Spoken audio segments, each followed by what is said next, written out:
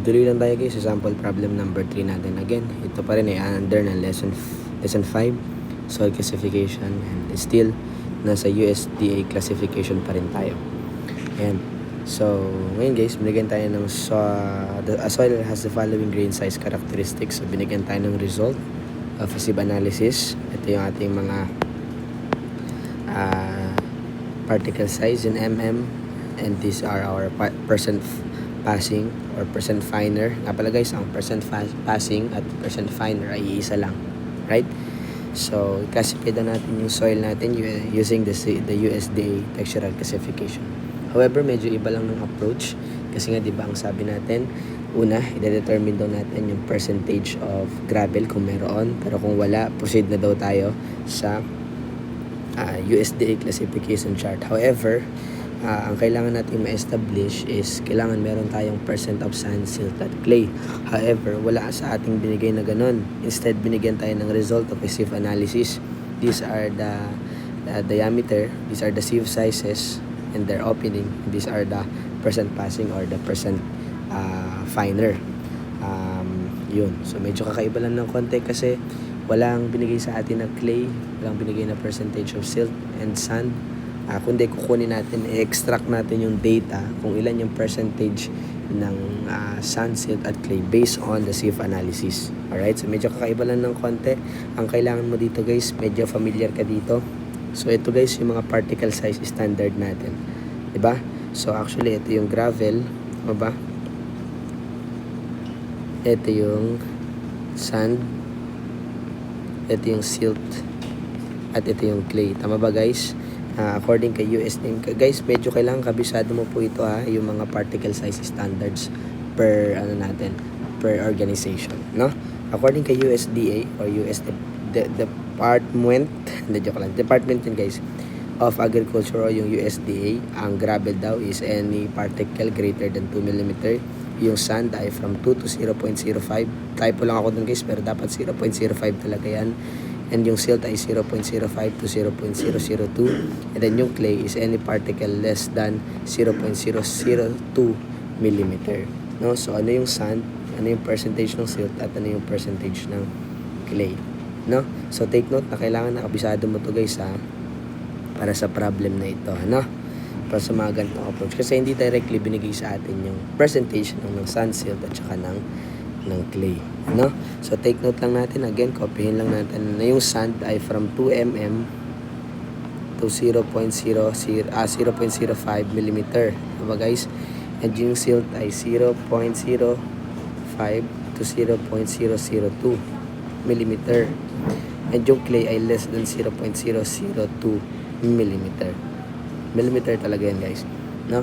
Ang problema natin, walang binigay sa atin yan na percentage nila. So take note mo guys ito para makuha natin yung percentage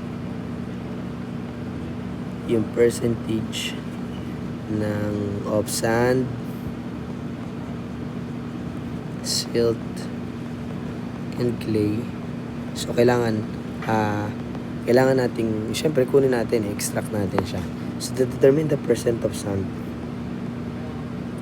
and kailangan lang natin dyan is yung percent passing in 2 mm minus yung percent passing natin kay 0.05 mm.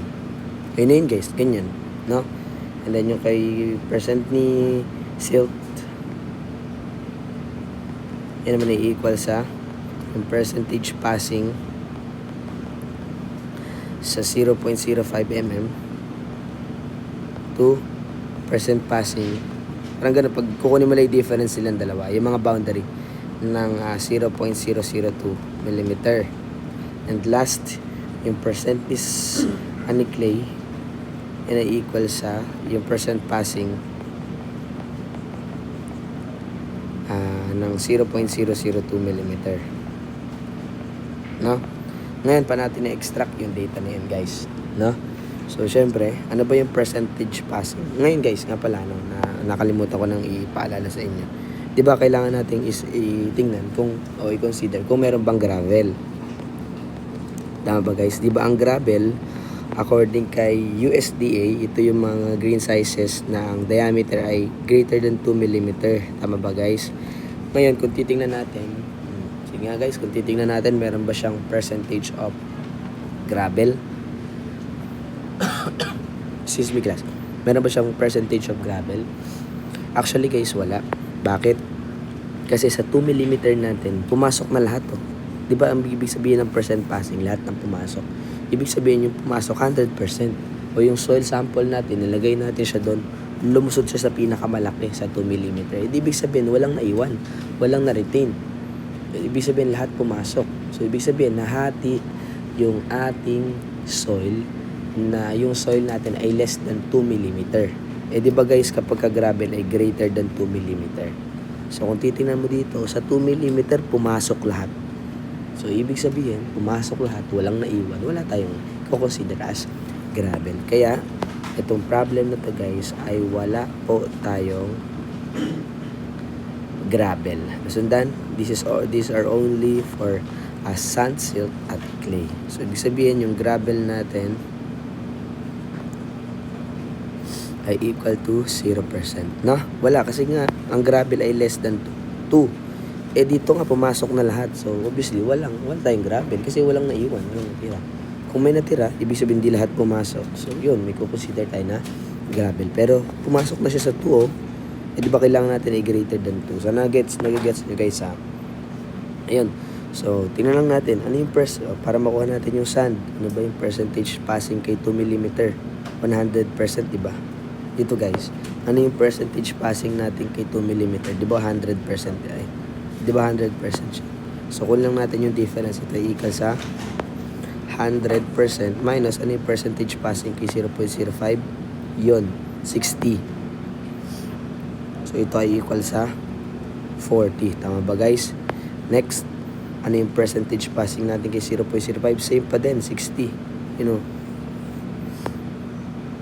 yun ay equal sa 60 minus ano yung minus natin? Yung percentage passing kay 0.02 which is, 15. Ito ay equal sa 45. Next, ano yung percentage para makuha natin yung percentage ni clay? Ano yung percentage passing natin kay 0.02? 0.02.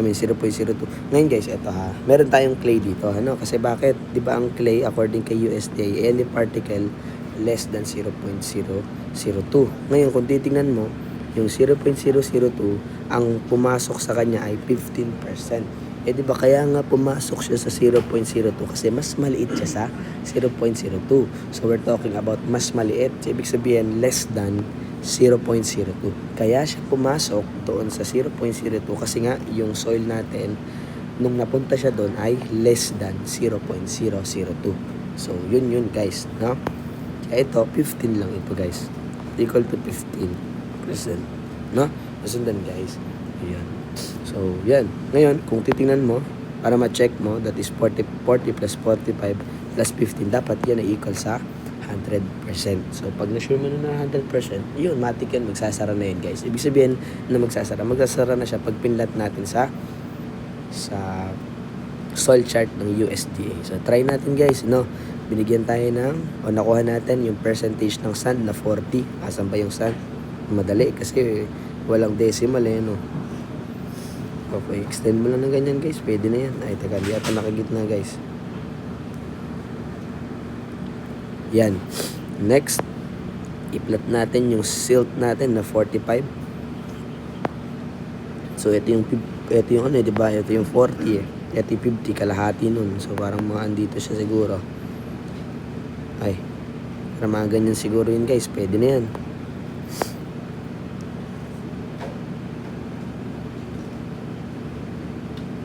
Pwede na yan guys. Next, yung ating clay na 15%. So, titignan natin. Nandito siya sa gitna guys Yan. So, gano ko lang guys. Yan, I believe sakto naman siya guys. So, yun na guys. Kung saan nag-intersect, So, saan siya nag-intersect? Intersect siya sa loam. So, ibig sabihin, yun. So, ang classification ng soil sa sample problem number 3 is the soil is considered